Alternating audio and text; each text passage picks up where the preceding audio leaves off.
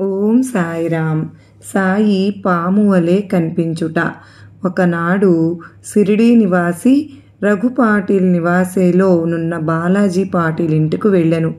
ఆ రోజు సాయంకాలము ఒక పాము ఆవుల గొట్టములోనికి బుసకొట్టుచూ దూరెను. అందులోని పశువులన్నీ భయపడి కదలజొచ్చెను. ఇంటిలోని వారందరూ భయపడిరి. కాని బాలాజీ శ్రీసాయియే ఆ రూపమున వచ్చెనని భావించెను.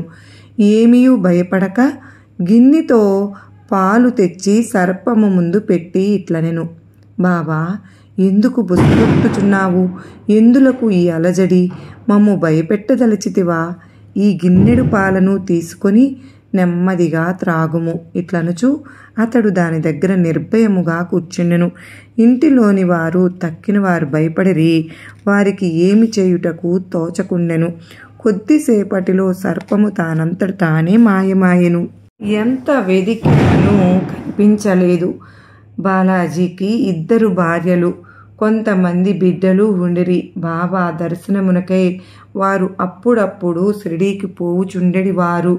బాబా వారి కొరకు చీరలు, బట్టలు కొని ఆశీర్వదించనములతో ఇచ్చుచుండెడివారు. బాబా కృప అపూర్వం, అద్భుతం. ఈ కథను చక్కగా నాగుల చవితి రోజు రాత్రిపూట పడుకునే ముందు వినడం వల్ల మనందరికీ కూడా మంచి జరగాలని మనస్ఫూర్తిగా కోరుకుంటూ సర్వేజన సుఖినో భవంతు.